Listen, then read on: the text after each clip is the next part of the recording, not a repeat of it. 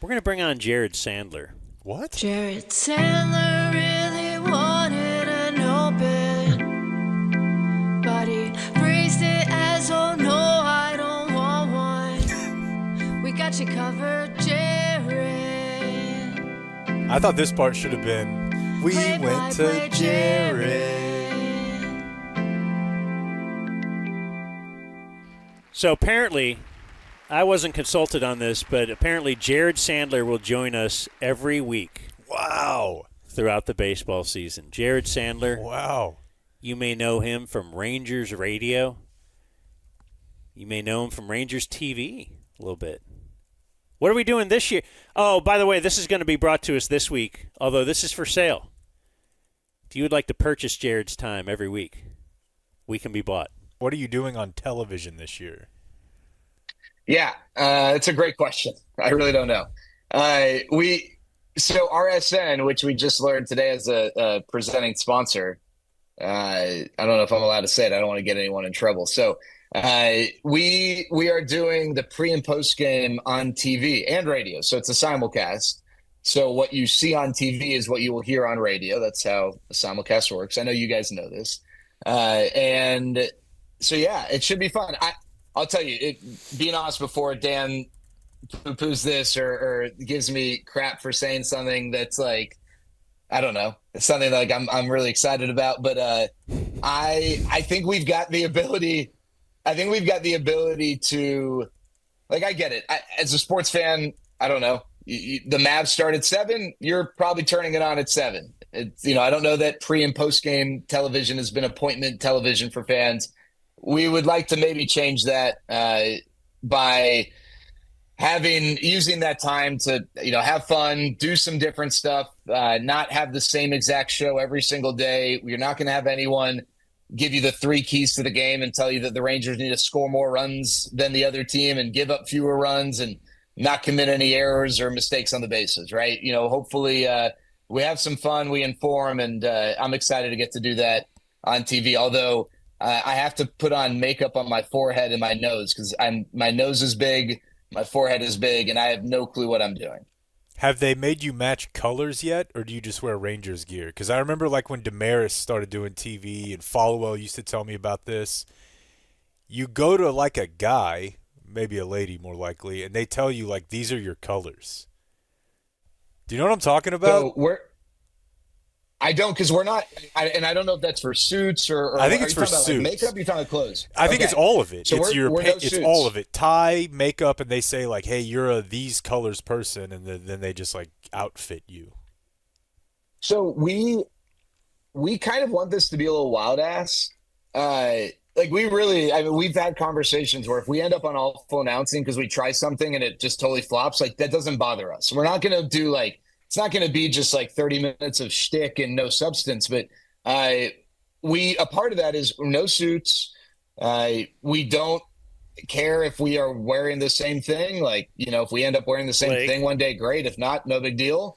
And all we have to wear, we're just like wearing Rangers gear. So I don't know. Okay. I'm wearing this powder blue thing today. Maybe it makes, because I'm, white as ass, maybe it just makes me even more white. Maybe like that lady or guy would tell me this is a bad color, but it's what I'm wearing because that's what I decided when I woke up this morning and no one's telling me what to wear, which I love. We're not TV guys, but I like the angle you're after here. These guys get crazy. Have you considered there was a show in the early 2000s? They would just have chicks jump on trampolines in bikinis. Perhaps if you just had the Man Show. Yeah, like behind you in the infield. Hold on, I got something for you. So I used to watch this. It was like a Russian news lady. Oh, yeah, yeah. And as she's reading the news, each story, she's just, kind of undressing a little bit as she's going and then takes on. And, would you think about doing something like that? You know what? Maybe. I don't think anyone would want to see that, but I would do that. I'll tell you guys, and this is open to anyone. If you have an idea for like a legitimate pregame segment, I'm all ears. I had someone the other day tell me that we should do like a man on the street thing when we're on the road just for 5 minutes and go to the other team's fans. So if we're in Chicago taking on the White Sox, go up to White Sox fans and ask them like, Hey, have you heard of Jake Kemp? Like, are you nervous that Jake Kemp's gonna like have a big series for the Rangers and like get People fake just it. kind of have some fun with them? Yeah. Oh, Dude, of Gabby course, especially if Urinator. you get a guy with a girl. What's that? Gabby Urinator. That was our whole premise. Do you know the Gabby Yeah. Urinator? Well, but I'm happy okay, to so talk about Gabby Urinator. that was Tom Gribble. We would go to an opposing team's arena. Might do it at a hockey game. We did it in Green Bay for the Packers game. And we would pretend, okay, so it's between periods.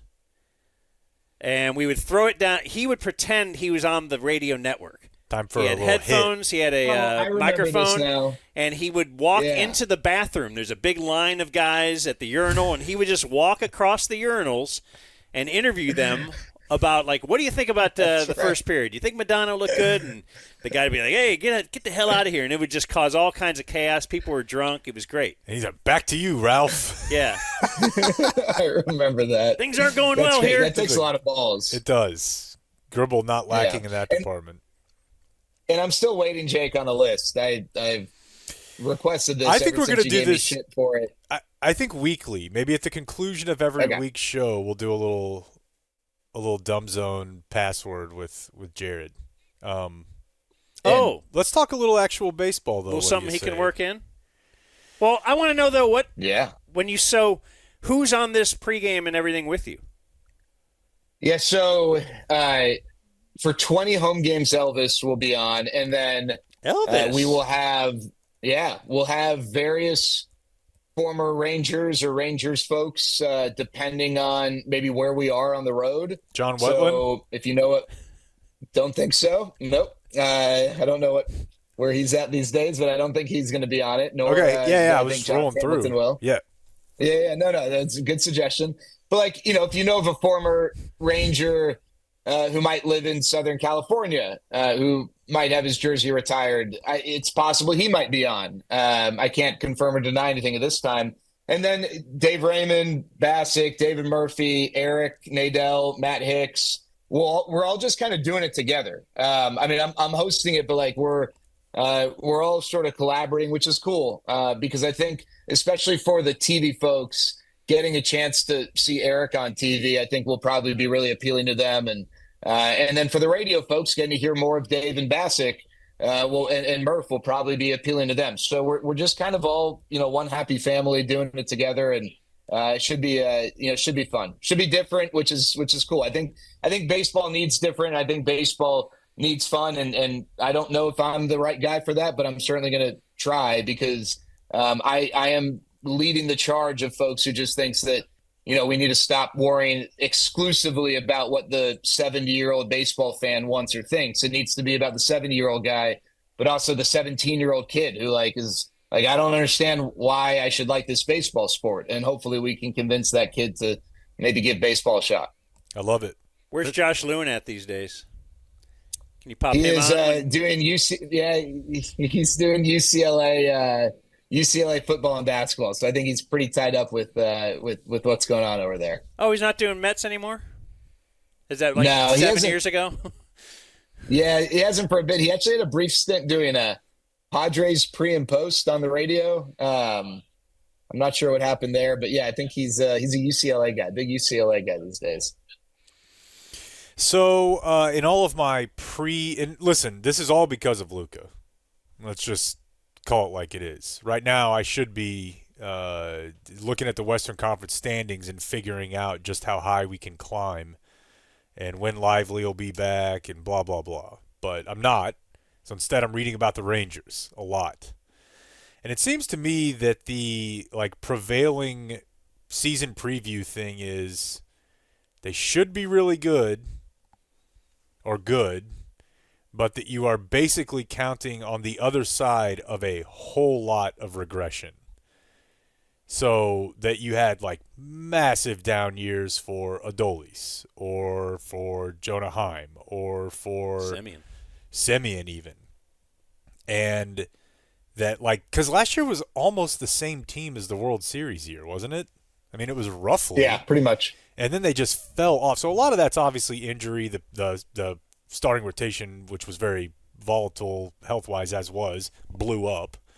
But it just seems to me like a lot of the season preview stuff is like they should be pretty good because they shouldn't have been that bad last year. Is that fair? Yeah, I think that's fair. I think, they don't play in the strongest division. They're not in the AL East or the NL East for that matter. And they don't have a Dodgers team to contend with in their division. So all those things help. Having Jacob deGrom back and healthy, obviously makes a big difference. And I would say that, yes, they are. Well, quick question. Why is it the other side of, like, I hear people talk about this. Is it regression? Like, I think of regression as that guy performed way too well. Why don't we say progression? Why is that not, like, you know what I mean? Yeah. It's been on my mind recently. I actually don't know, but I do remember learning in one of the stats classes forced on me that any sort of return to the mean is termed regression. Regression? Interesting. Okay. So I don't think that you necessarily need Marcus Semien to get back to 2023 Marcus Semien. I don't think you need Adolis. I mean, Adolis had a career year in 23. I'm Jonah kind of Heim had a writing career year in Adolis off, 23. by the way. Okay. I just don't. I guess I just feel like I I look at his approach, and it just seems wild to me. And I kind of look at him as like icing. Like, to me, it comes down to Semien and Seager, and then what you get out of Langford, Carter, and Josh Young. Because Adolis is just like, I could see his career really falling off. Well, because he was written off by the Cardinals, and he was such a surprise when he blew up here. Just look at that data, and you're already living on borrowed time. Yeah. Sure. And I'd even, if you want to look at it doesn't work this way across the board, but I think in general, guys who have chase rates that are, depending on your perspective, below or above the league average. And what I mean by that is, if the league average is around 28%, if you're significantly above that, those are the types of guys who year to year, it can be dicey. And they're the guys that typically, as they get older, they do not age well, right? Plate discipline ages well. Over aggression doesn't, because a lot of times that's reliant upon, your eyesight and your bat speed. And as you get older, your bat speed's going to decline.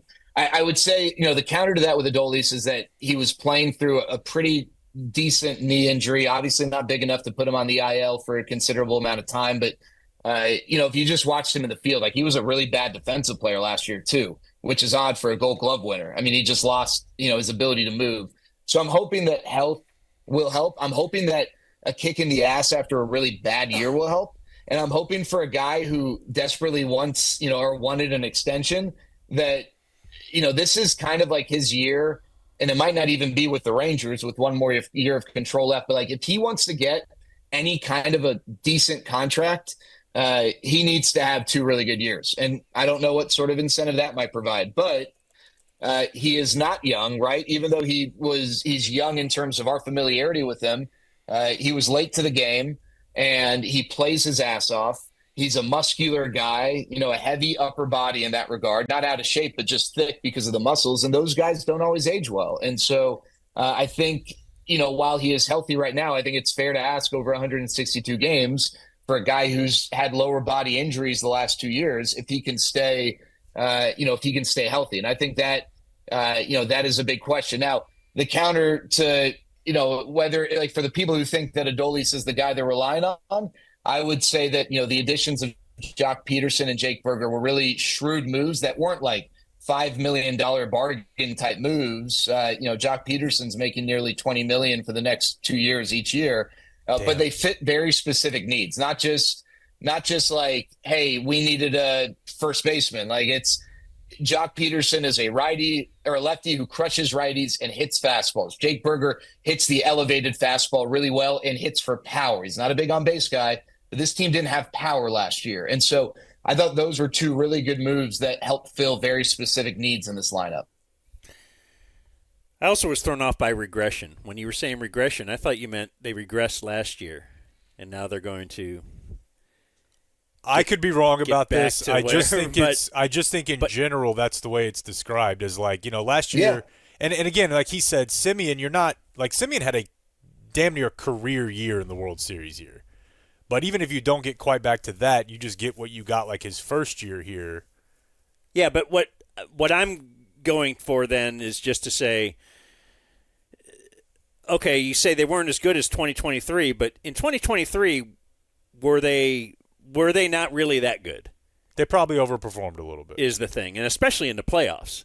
Like, nobody expected them to go on and win the World Series. Then all of a sudden they win the World Series, and we're like, oh, what kind of parade should we have? And, oh, we'll just throw one together, and it's going to look really bad. It's unnecessary. But the point is, that's I guess that's the thing. They overperformed, and then we had maybe too high of a bar of expectations for last year. The only thing I would say about that is that can be mitigated by internal improvement.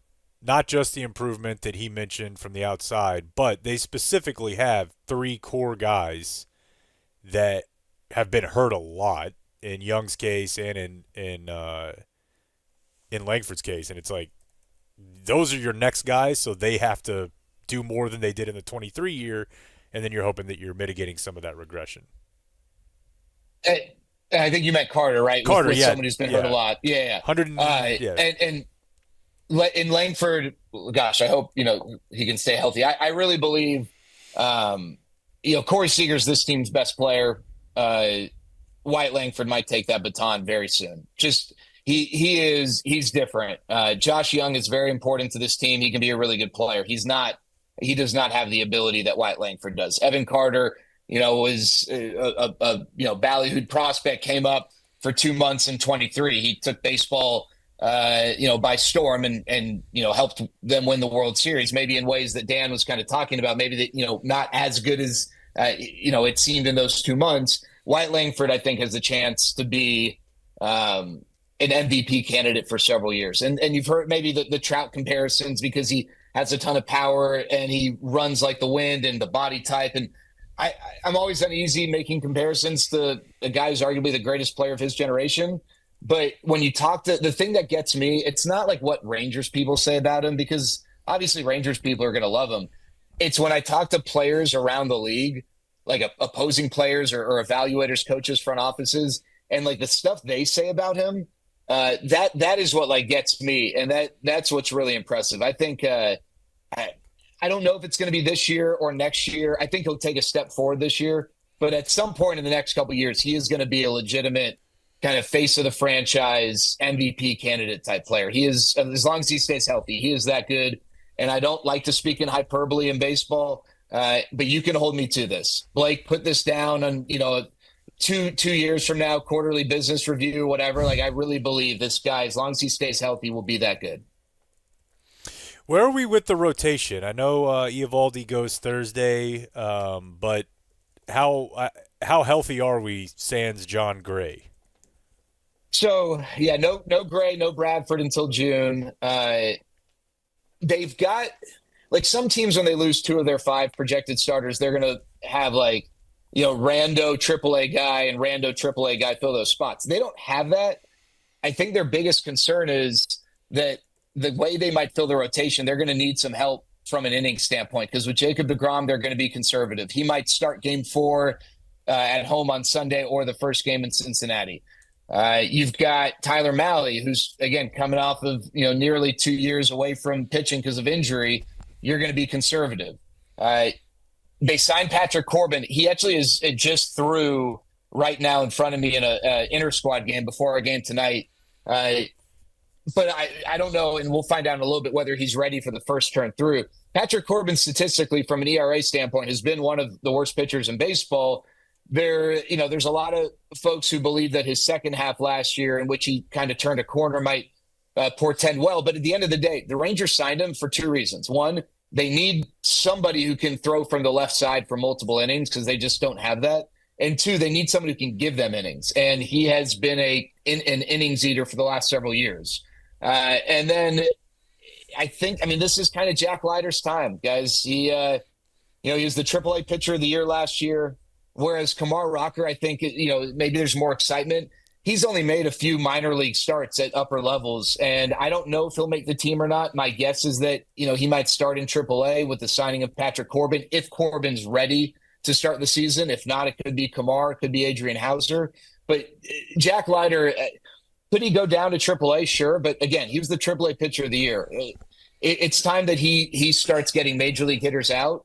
And while from a health standpoint, there's no reason why he couldn't give you 6 innings a night. It's just a matter of whether he's going to be able to get outs efficiently enough to do that and effectively enough. But this is, I think, going to be a big year for Jack Leiter, not to establish himself as like a super stud by any means, but just show that he can be a reliable major league pitcher, and then maybe build off of that. And, in 2026, maybe he takes another step forward.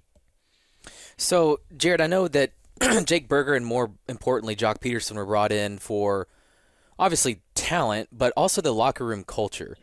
And I think CY or Bochy were just making some comments, and it kind of seemed like Nathaniel Lowe had a weird exit from the team.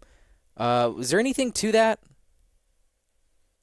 Yeah, I mean, I think that, listen, Nathaniel Lowe is the first baseman on a team that won a World Series, and I think that there's a lot of appreciation for that. I think that both sides are maybe ready for a change.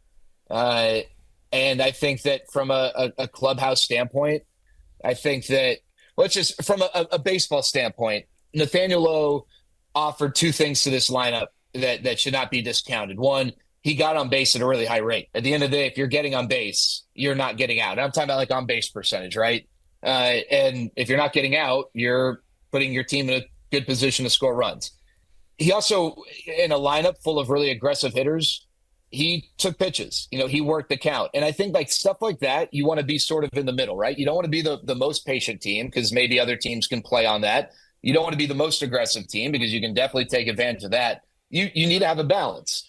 And Nathaniel Lowe offered that. He did not offer a lot of power. His power numbers over the last 2 years have declined as teams have started to throw more and more fastballs. And I think the Rangers felt like, that's not something that lends well as he gets older. And also with the amount of money that he was getting paid, which he's earned that, right? But through arbitration, he's making a significant amount of money for what they needed. It didn't make sense. I think that there's probably a little bit of pride on Nathaniel's part. And I think that the Rangers, I don't know that they viewed him as a leader, as a connector in that regard. And I think that, while Jake Berger is not going to make the rah-rah speech, he's a guy who is very additive to the clubhouse. And then Jock Peterson's also not a guy who's going to lead in the same way we refer to Marcus Semien as a leader. But I'll tell you what, Jock Peterson will talk to anyone at any point in the clubhouse. He talks to young players. He talks to veterans. He talks to Latin players. He talks to American players. He talks to pitchers. He talks to hitters. And I'm not just saying hello. I'm talking about he'll go sit down and get to know those guys. And I know that sounds very elementary and basic, but that just doesn't happen with a lot of guys. A lot of guys, cliques kind of form in clubhouses, not like rival cliques that compete against one another, but the relievers usually talk to the relievers, and the starters hang with the starters, and the position players, because the way that they prepare for games is so segmented, right? I think having guys like Jock who can connect an entire clubhouse, that really can go a long way to whatever degree you believe in those sort of intangible things. And maybe Dan's rolling his eyes right now. I don't know. But that, I think over 162 games can go a long way. Dan, I know you're not a momentum guy. Do you believe in the clubhouse culture, locker room culture stuff?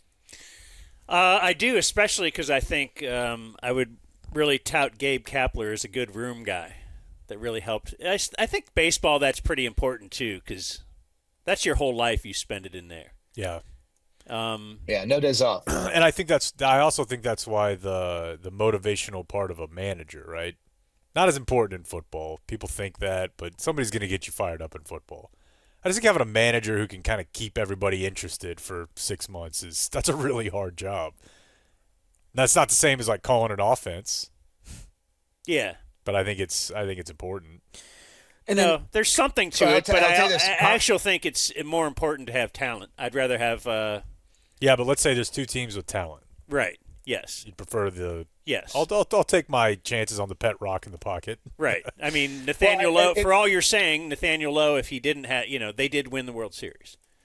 So yeah. Oh, yeah. Yeah. He's a Silver Slugger, Gold Glove Award winner. I'll tell you this, Dan, to your point. In 2016, the Rangers were playing the Blue Jays in the playoffs again, right after they lost. The 2015 was the Bautista home run year, off of Sam Dyson, and then they played them again in 2016.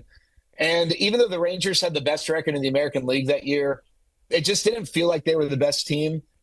And everyone said the Blue Jays hate each other, and no one likes Jose Bautista. Blah blah blah. No one in that clubhouse gets along, and they went and swept the Rangers in the first round of the playoffs, right? And they looked like they deserved to sweep the Rangers in the first round. So yeah, at the end of the day, talent trumps the intangible stuff. But I agree that over 162 games in the baseball cadence, that stuff can tear teams apart. And I do think that. I don't think the Rangers had a clubhouse problem last year, but I do think that they maybe lacked a guy to really rally everyone the way that maybe they had in 2023. I want to get this in before the regular season starts, but what's your impression of the ABS? Love it. I wish that they had it in the regular season this year. It's very what is that? Quick. Automatic That's balls. Yeah. So Dan, in spring training, they had a challenge system they're just testing it out. They've used it in the minor leagues. The way they utilized it in spring training was each team got 2 misses. So you could challenge 17 times if, you get your first 15 right. That's the way it should be. Most teams, I would say. Yeah. And I'd say most teams, would maybe end up with 4 or 5 challenges based on just the success rates we saw. The only people who can challenge are the pitcher, the catcher, and the hitter. And a lot of teams tell the pitcher that you can't challenge because their view finishing from their delivery isn't always the best. And also they're the most emotional of the 3. You have to challenge right away. Like you can't back off for a second and think it's got to be an immediate. They had you tap the helmet. It goes to the video board. You see the Hawkeye stuff for tennis where it shows the digital view of the shot and where it lands relative to the line. Similar with pitching. It has the pitch coming in from the pitcher's release. And then it builds up this anticipation. I think it's cool for the crowd. I don't know if an ump's going to do a crotch chop to a hitter when it turns out their call's right, but I wouldn't be opposed. But what I like is that there's a strategic element. I would imagine if you really want to dive into the numbers, it doesn't ever make sense for a guy like Austin Hedges to challenge because what is the return really going to be? And there might be teams that tell certain players you can't challenge. Yeah, I've heard of that. Reserving. Yeah, and then there's also hey, we're not going to challenge in the first 4 innings, or we're going to reserve challenges for, 3 ball or 2 strike. I don't know. There's all sorts of strategy that goes into it, and it's also the players making the decisions as opposed to the coaches or the manager, which I like. I think that fans like that too. I think fans like the fact that they can talk about the decision that Evan Carter made, not the guy whose uniform they don't buy. And it gives something to talk about. Again, from a strategy standpoint, it leads to some interesting conversation. So I like it. I wish they could roll it out this year, but I'm hoping that in 2026 we have it in the regular season. And the average time of challenge is 17 seconds. So this is not your normal challenge where it goes to New York. It takes forever. This is a really quick thing. Yeah, super, super slick in that regard. Baseball, I think, has really struggled in a lot of areas in terms of being progressive and adapting to the times. And maybe they're a little bit slow in implementing these things, but it's because they spend a few years testing them out in the minor leagues, and I give them credit for that. But the way that they have developed this system, first of all, it seems pretty clear they're not going to do all technology for balls and strikes. They're going to have a challenge system, and that's what the players want. That's what the coaches want. That's what the umpires want. And that's apparently what the fans want. The fans don't want total technology based on a lot of the work that they've done. And I give them credit for taking the time to try and perfect this so that when they roll it out, it's going to be ready to go. Well, shout out to the family of Austin Hedges for being the random player that you filled in for Spare during your Guardians prep right now. He's known to be one of the worst offensive players in baseball, and he is aware of that. That's okay. He's getting paid handsomely for his work behind the plate. It 100% is going to lead to some funny moments in post-game interviews or whatever where one player is like, I have no idea what Austin Hedges was doing, thinking he could use one of our challenges. That's going to happen where guys are like, what's wrong with you? Speaking of him, though, wasn't he really good at framing? Oh. Isn't this going to hurt an Austin Hedges in that regard? Well, so that's why I think a lot of catchers definitely don't want all technology. I mean, if you think about it, Dan, you're going to throw, as a catcher, you're going to receive 140, 150 pitches a game, give or take. And so only a few of them will be challenged. So it still maintains your value. Now, in those specific pitches, it obviously doesn't. If a pitch gets challenged, it doesn't matter what you do as a catcher. But for 98% of the pitches you receive, your value still can apply, obviously, in the way you receive the pitch. Yeah. And I think that's a big part of it for players in general, is like, not even for a center fielder from like an MLB PA standpoint, not taking away the value of a group of union members who, like Austin Hedges, he makes really good money for someone who hits like 170 because of his ability behind the plate. Yeah, but I mean, the whole point of the challenge system or the replay is to get rid of the egregious mistakes, and so it should do that in the for biggest sure. moments too. Yeah, I would have liked to see this system with who's our old favorite umpire? Angel Hernandez. With Angel Hernandez Yeah. still in the game, that would have been fun to see. He's had 76 challenges against him or whatever. but, It'll be fun to Yeah, keep and, track and of. even people talking to Wyatt Langford in this spring training always like to bring up that at bat with Angel back there. yeah. That would be something else. And I mean, I think it will.